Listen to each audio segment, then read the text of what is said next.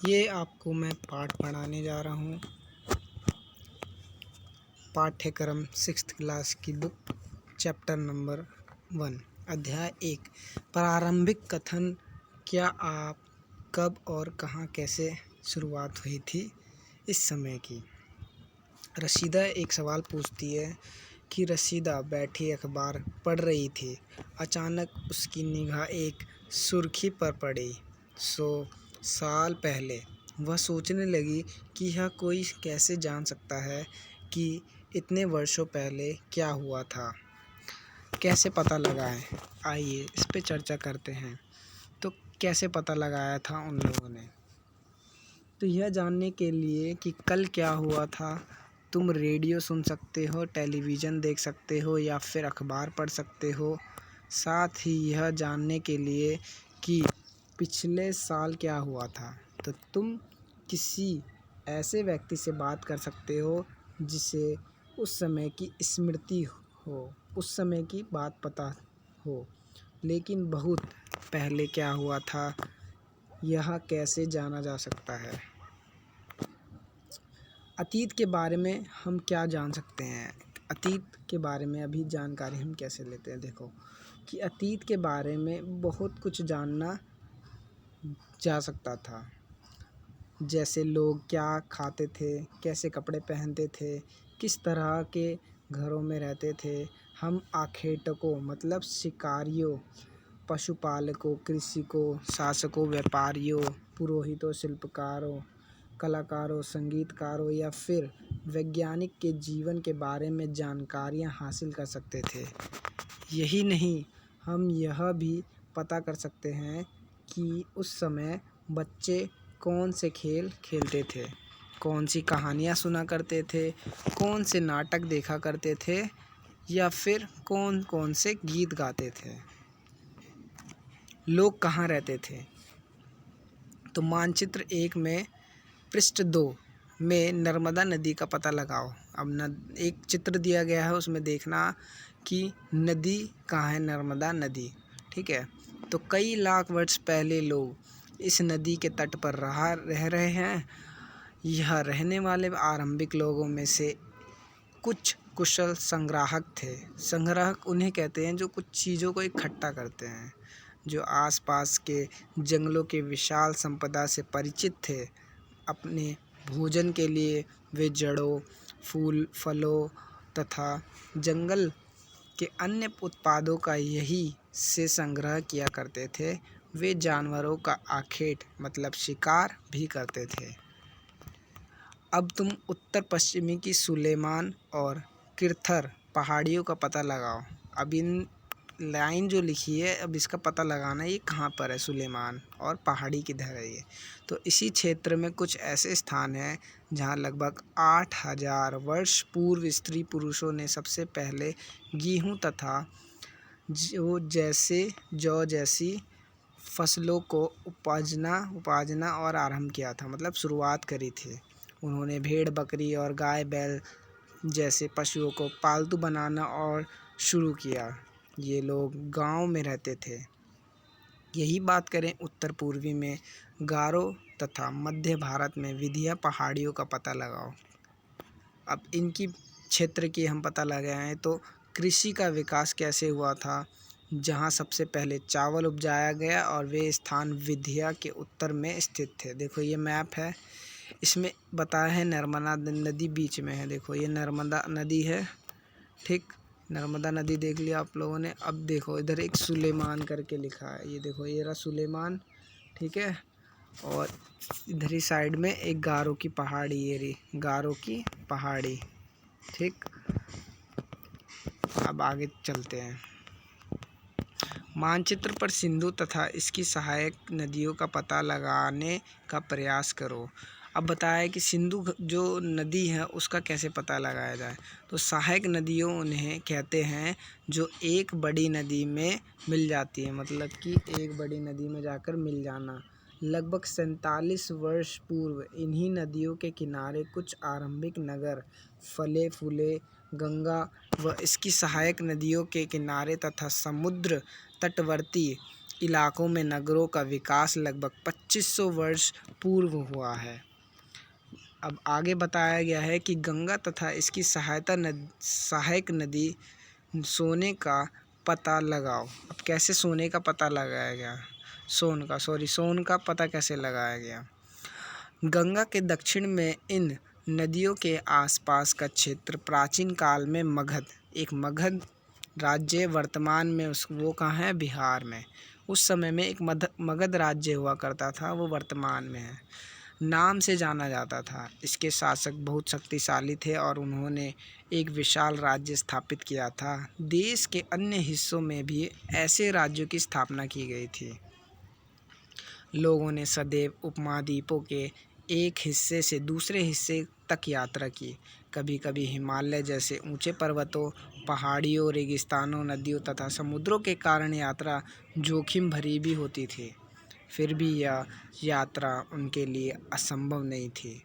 अतः कभी लोग काम की तलाश में तो कभी प्राकृतिक आपदाओं के कारण एक स्थान से दूसरे स्थान जाया करते थे। कभी कभी सेनाएं दूसरे क्षेत्रों पर विजय हासिल करने के लिए जाती थी। इसके अतिरिक्त व्यापारी कभी कफीले में तो कभी जहाज़ों में अपने साथ मूल्यवान वस्तुएं लेकर एक स्थान से दूसरे स्थान पर जाते रहते थे। धार्मिक गुरुओं लोगों की शिक्षा और सलाह देते हुए एक गांव से दूसरे गांव तथा वह एक कस्बे से दूसरे कस्बे जाया करते थे।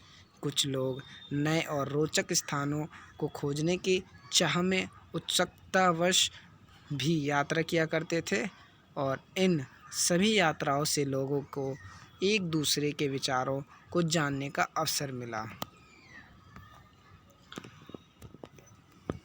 इसी बात पे अब यात्राएं क्या होती है आपने समझा कि यात्रा किस तरीके से की गई है। ठीक है, अब बताया कि आज लोग कैसे यात्रा करते होंगे। ठीक है, आज के समय की बात है कि एक बार फिर से मानचित्र को देखो। पहाड़ियाँ, पर्वत और समुद्र और इस उपमहाद्वीपों की प्राकृतिक सीमाओं का निर्माण करते हैं।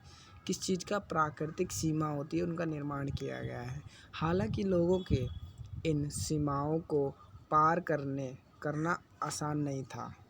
जिन्होंने ऐसा चाहा वे वैसा कर सके। वे पर्वतों की ऊंचाई को छू सके तथा गहरे समुद्र को पार कर सके। उपमहाद्वीपों के बाहर से भी कुछ लोग यहाँ आए और यहीं बस गए।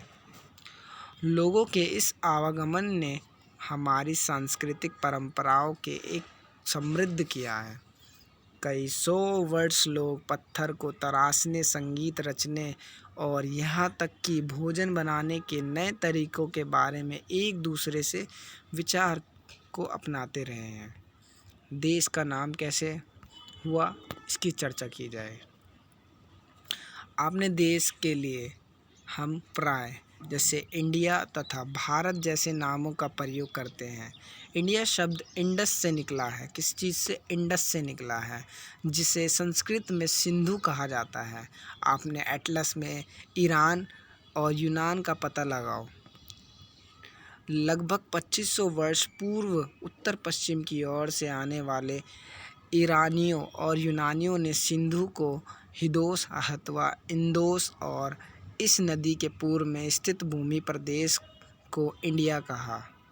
वही भारत का नाम प्रयोग उत्तर पश्चिमी में रहने वाले लोगों के एक समूह के लिए किया जाता था। इस समूह का उल्लेख संस्कृति के आरंभिक लगभग 3500 वर्ष पुरानी कृति ऋग्वेद में भी मिलता है। बाद में इसका प्रयोग देश के लिए होने लगा। अतीत के बारे में कैसे जान सकते हैं अतीत कैसा होता था उस समय में, और अतीत किस तरीके से जानकारी प्राप्त कर सकते हैं, उसकी चर्चा की गई है। कि अतीत की जानकारी हम कई तरह से प्राप्त कर सकते हैं। इनमें से एक तरीका अतीत में लिखी गई पुस्तकों को ढूंढना और पढ़ना है।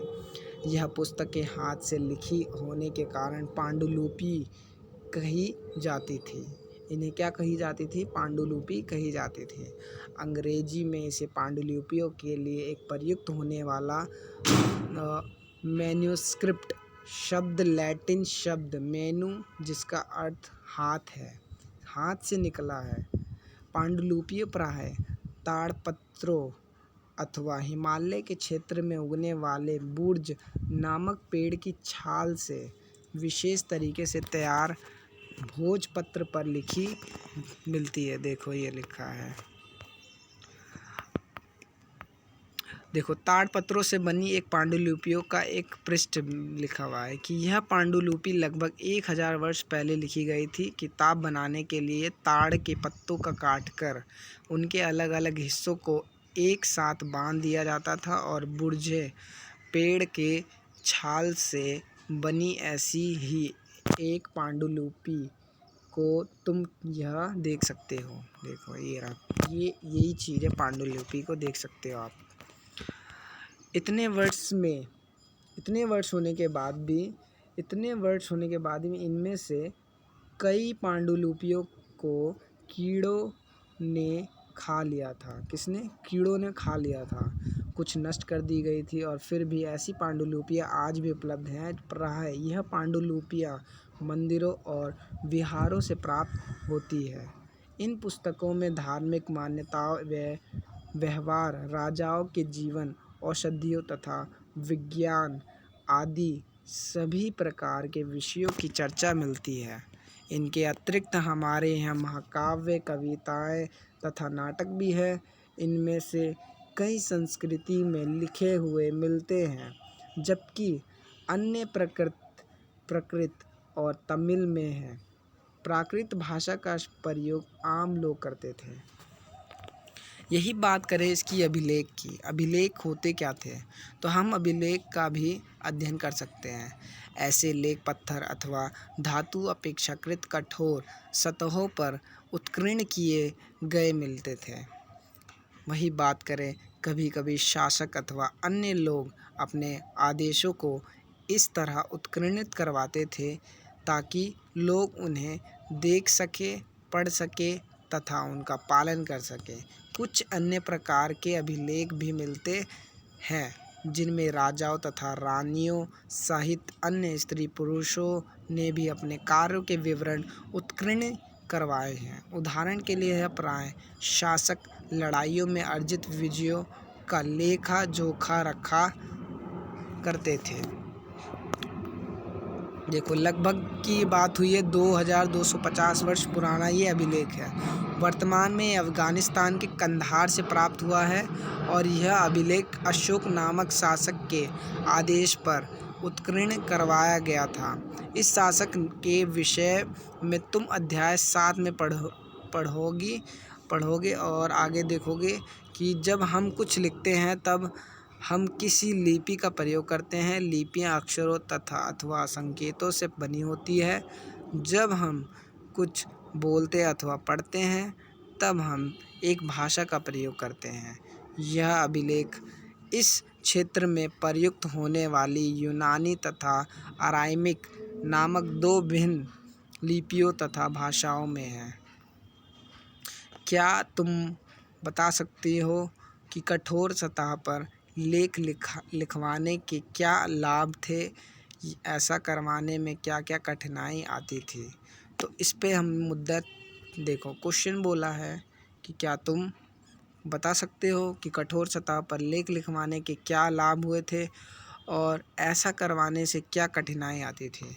तो इसके अतिरिक्त अन्य वस्तुएं अतीत में बनी और प्रयोग में लाई जाती थी। ऐसी वस्तुओं का अध्ययन करने वाला व्यक्ति पुरातात्विद कहलाता था। कौन?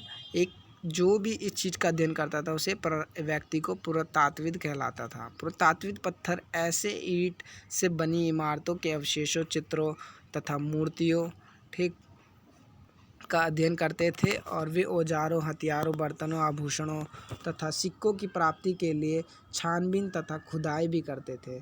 इनमें से कुछ वस्तुएं पत्थर, काफ़ी मिट्टी तथा कुछ धातु से बनी हो सकती थी। ऐसा तत्व कठोर तथा जल्दी नष्ट होने वाले होते थे। पुरातात्विद जानवरों, चिड़ियों तथा मछलियों की हड्डियां ढूंढते थे।